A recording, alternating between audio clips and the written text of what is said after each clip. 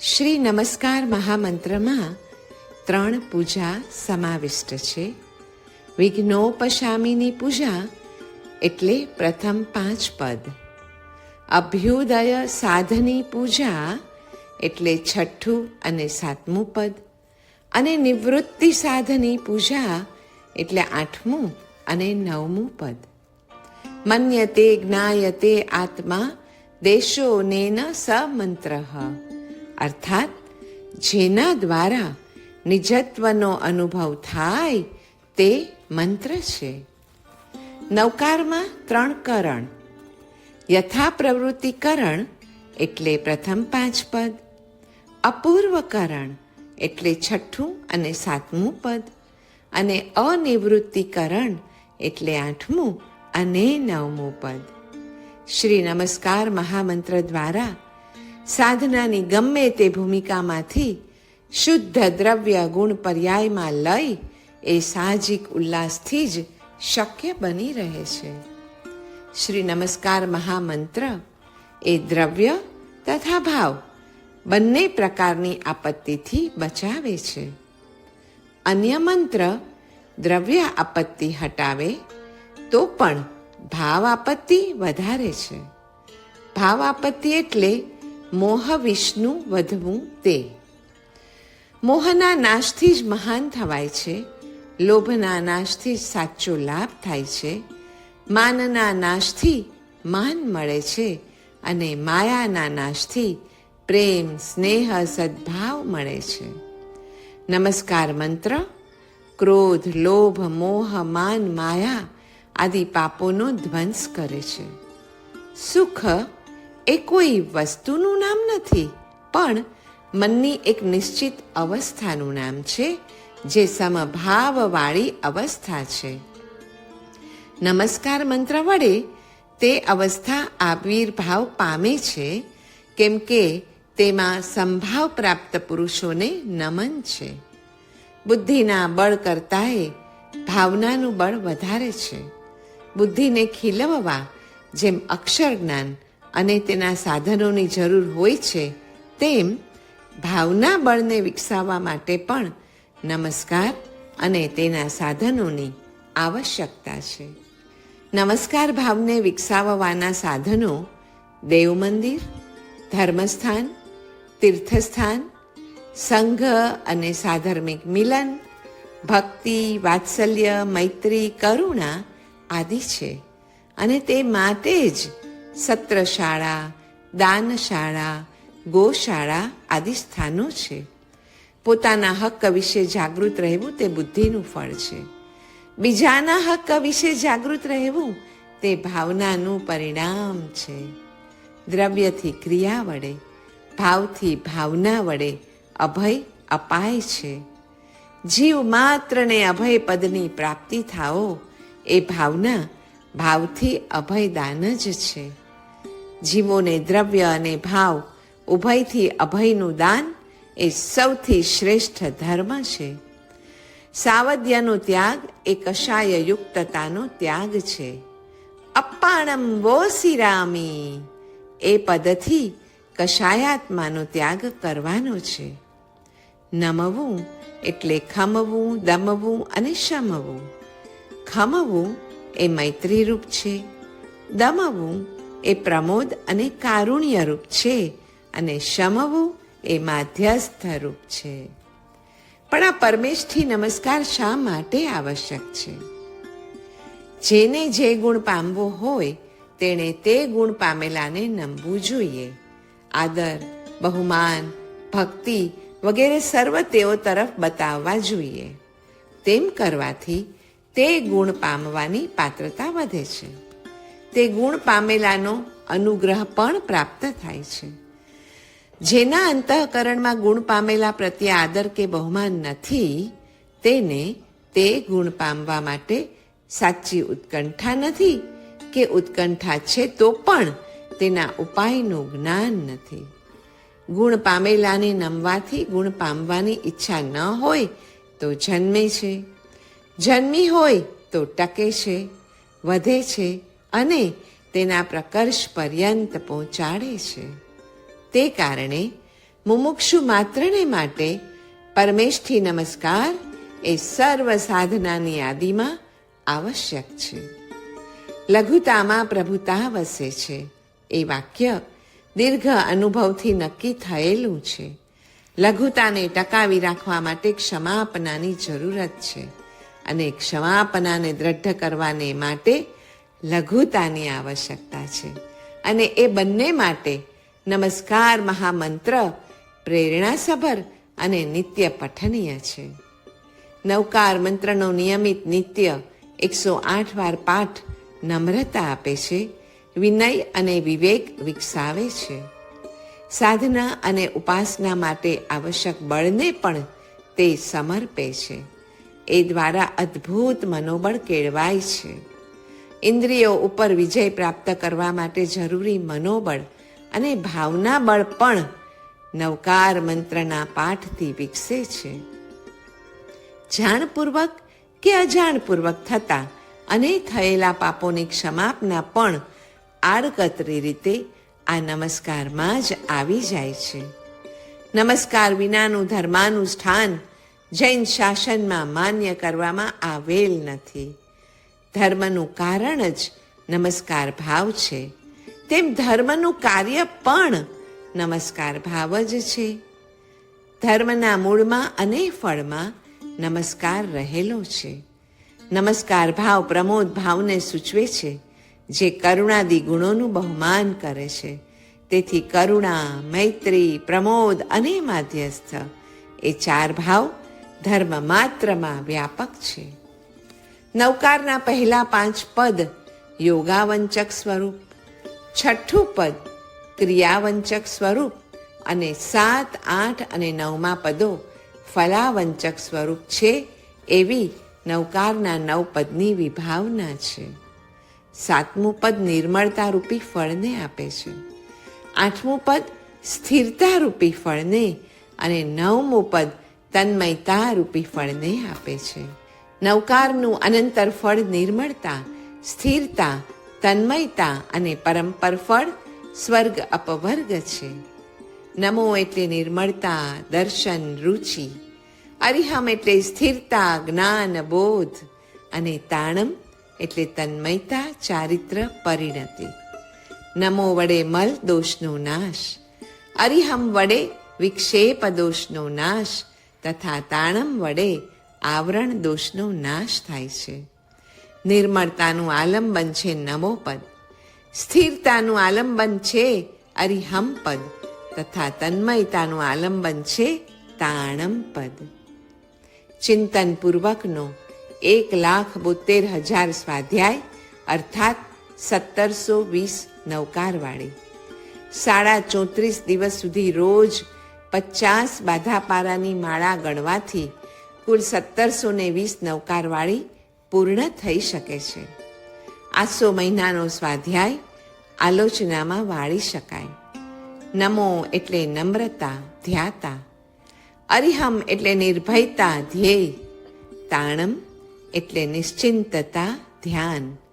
અને આ ત્રણેયની એકતા એટલે સમાપત્તિ, આપત્તિ, સંપત્તિ. નમો એ સત્તા અને સંપત્તિનું સમર્પણ છે. નમોના આશ્રય વિના તો મલિનતા જ વધે છે. અરિહમના આલંબન વિના અસ્થિરતા વધે છે અને તાણમના આલંબન વિના તો આવરણોની વૃદ્ધિ થાય છે. જીવભાવને આત્મભાવમાં સમર્પિત કરી દેવો એ સાચો નમસ્કાર ભાવ છે. નમો એટલે જીવભાવ અને અરિહંતાણમ એટલે આત્મભાવમાં સંપ્રદાન. જીવભાવનો આત્મભાવમાં વિલય થવાથી પાપ માત્રનો નાશ અને મંગળ માત્રનું ઉત્પાદન થાય છે. આત્મભાવ એટલે મંગળ ભાવ, અંતરાત્મ ભાવ. અને જીવભાવ એટલે પાપ ભાવ, બહિરાત્મ ભાવ અથવા અંતઃકરણ ચતુષ્ટય, મન, બુદ્ધિ, ચિત્ત, અહંકાર. તેનું આત્મભાવમાં વિલોપન તે નમસ્કાર ભાવ છે. અંતઃકરણાવચ્છિન્ન ચૈતન્યને આત્મભાવ રૂપી મહાચૈતન્યમાં વિલીનકરણ કરવું તે નમસ્કાર તાત્વિક નમસ્કાર છે. શ્રી નવકાર મંત્રમાં પોતે જે કરે છે અથવા નથી કરતો તે બધી જ શુભ ક્રિયાઓનો તાત્વિક પક્ષપાત છે. તાત્વિક પક્ષપાત એ સૂર્યના સ્થાને છે અને તે વિનાની ક્રિયા તે ખજવાના સ્થાને છે. તાત્વિક પક્ષપાત એ હૃદય મંદિરમાં ઝળહળતો પ્રકાશ છે અને પક્ષપાત શૂન્ય ક્રિયા એ ક્ષણિક તેજ અને વિનાશી પ્રકાશ છે. ક્રિયા વિનાનું જ્ઞાન અને જ્ઞાન વિનાની ક્રિયા એ બેનું અંતર સૂર્ય અને ખજુઆ જેવું છે. નમન કરવાથી જેને નમન કરાય છે તેનું ધ્યાન આદરપૂર્વક થાય છે તથા તે દ્વારા તેમની સમાન બનાય છે. એ કારણે જ સદ્ગુણી અને પવિત્ર આત્માઓને નિરંતર નમન કરવું જ જોઈએ. નમસ્કારના 4 પ્રકારમાં પહેલું જે છે દ્રવ્ય નમસ્કાર. વચનથી સ્તુતિ દ્વારા અને કાયાથી નમન થાય તે દ્રવ્ય નમસ્કાર છે. મનની એકાગ્રતા વિના પણ જ્યારે વચન અને કાયાથી નમન થાય છે ત્યારે વચન ઉપરાંત કાયાથી લાગતું પાપ રોકાય છે અને તેટલું પુણ્ય થાય છે. 2. ભાવ નમસ્કાર.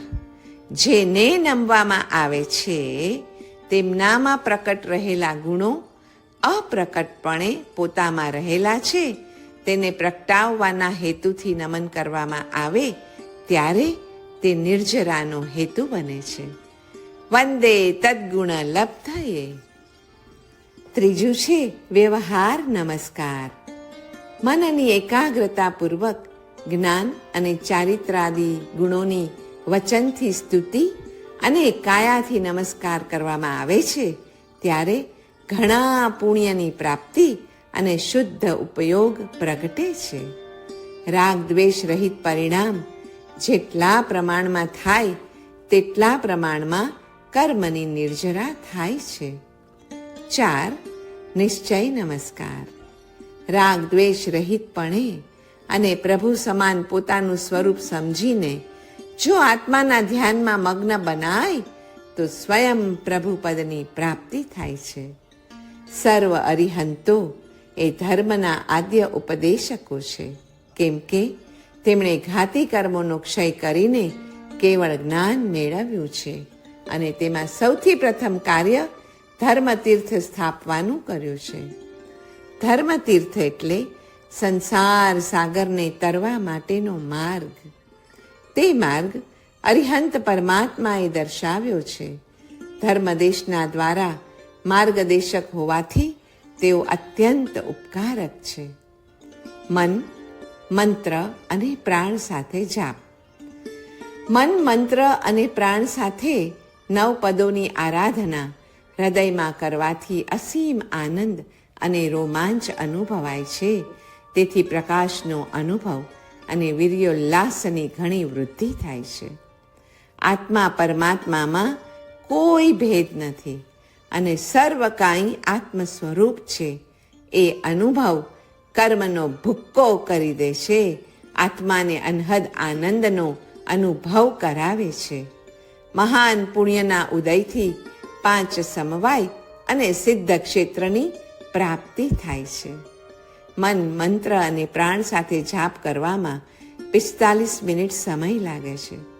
રોજ માત્ર 4 માળા ગણવામાં પણ 3 કલાક લાગે છે. નવપજી અને પંચ પરમેષ્ઠીમાં જ્યારે આત્મ સ્વરૂપ દેખાવા લાગે ત્યારે મંત્ર સિદ્ધિ થઈ ગણાય છે. પરમેષ્ઠી સ્મરણમાં આત્મ સ્વરૂપનું સ્મરણ અનુભવાય ત્યારે દેહાધ્યાસ છૂટી જાય છે તથા તેના સ્થાને આત્માના અધ્યાસનો અભ્યાસ પાડવા માટે શ્રી પંચ પરમેષ્ઠી ભગવંતોનું વારંવાર સ્મરણ આવશ્યક છે. 5 પરમેષ્ઠી, 9 પદ અને 20 સ્થાનકમાં પર્યાય ભેદે ભેદ છે, પણ આત્મ સ્વરૂપથી અભેદ છે. અરિહંત, સિદ્ધ આદિ આત્માની જ ભિન્ન ભિન્ન અવસ્થાઓના તે નામ છે.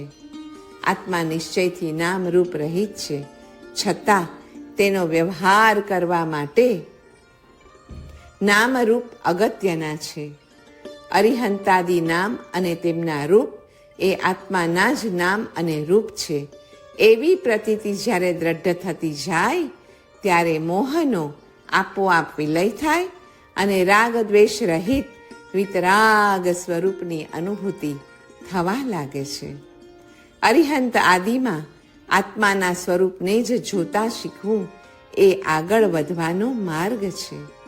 શ્રી નમસ્કાર મહામંત્રમાં 9 પદ, 8 સંપદા, 68 વર્ણમાં 61 લઘુ તથા 7 ગુરુ છે. પંચમંગલ મહાશ્રુત સ્કંદ, પંચ પરમેષ્ઠી નમસ્કાર મંત્ર, નમસ્કાર મહામંત્ર અને શ્રી નવકાર મંત્ર એ અનુક્રમે નવકારના જ નામાભિધાન છે. કરુણાનો સાર નવકાર છે. જ્ઞાનાદિ 3, દાનાદિ 4, પંચાચાર કે ક્ષમા વગેરે 10 ધર્મનો સાર કરુણા છે. કરુણામાં જીવાદિ તત્વોના સંબંધનો સ્વીકાર છે. કરુણાવંત પંચ પરમેષ્ઠી ભગવંતો એ આપણા પરમ કલ્યાણ મિત્રના સ્થાને છે. નમસ્કાર એ મહાશ્રુત સ્કંધ એ કારણે છે કે તે વિશ્વવર્તી સર્વશ્રેષ્ઠ આત્માઓ સાથે ઉચિત સંબંધ કરાવી સર્વ આશ્રવોના નિરોધ અને સર્વ સંવરની પ્રાપ્તિ કરાવે છે. સર્વ પાપનું અકરણ, સર્વ કુશળોનું સંપાદન અને સ્વચિત્તનું દમન એ ત્રણેય કાર્યો આત્મજ્ઞાનના સહકારી બની સર્વ સંવર સુધી પહોંચાડે છે. નવકાર દ્વારા 10મે દ્વારે તાળી રે વાગી એટલે શું? સુષુમ્ણા માર્ગે ઊંચે ચડતી શક્તિ ત્રિકુટીને ભેદીને જ્યારે બ્રહ્મરંધ્ર દ્વારા સહસ્રારમાં જાય છે ત્યારે એને સંતો 10મે દ્વારે તાળી વાગી એમ કહે છે. આસો વદી 11 તારીખ 10 જાન્યુઆરી 1971. તિથ્થય રામે પશ્યંતુ અર્થાત હે તીર્થંકર મારી ઉપર પ્રસન્ન થાઓ. નમસ્કાર મહામંત્રથી વિષયોનું ઝેર ઉતાર થાય છે. અરિહંત પદમાં માર્ગદેશકતા, સિદ્ધમાં અષ્ટકર્મનો ક્ષય, આચાર્ય પદમાં પંચાચાર પાલનમાં રક્તતા, ઉપાધ્યાય પદમાં જ્ઞાન ધ્યાનમાં લીનતા, સાધુ પદમાં આશ્રવનો ત્યાગ તથા સંવરનો સ્વીકાર છે. નમસ્કાર વડે ગુણી પુરુષો સાથેનો સંપર્ક આપણામાં ગુણોના બીજને રોપે છે. નમો એ તાર છે જે અનંત ગુણી પરમેષ્ઠી ભગવંતો સાથે સૌને જોડે છે. તે તાર દ્વારા પાવર હાઉસમાંથી વિદ્યુત શક્તિ આવે છે.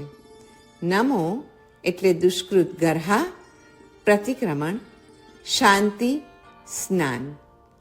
નમો એટલે સુકૃતાનુમોદના, કાયોત્સર્ગ, તુષ્ટિ, પાન. નમો એટલે શરણગમન એટલે પચખાણ, પુષ્ટિ, ભોજન. આમ નમો પદ વડે ત્રણેય ગુણોનું ગ્રહણ થાય છે. નવકાર પદ કહે છે, તારો ભરોસો મને ભારી મહામંત્ર ભલા, તારો ભરોસો મને ભારી. મારો આતમ છે તુજને આભારી, મહામંત્ર ભલા, તારો ભરોસો મને ભારી.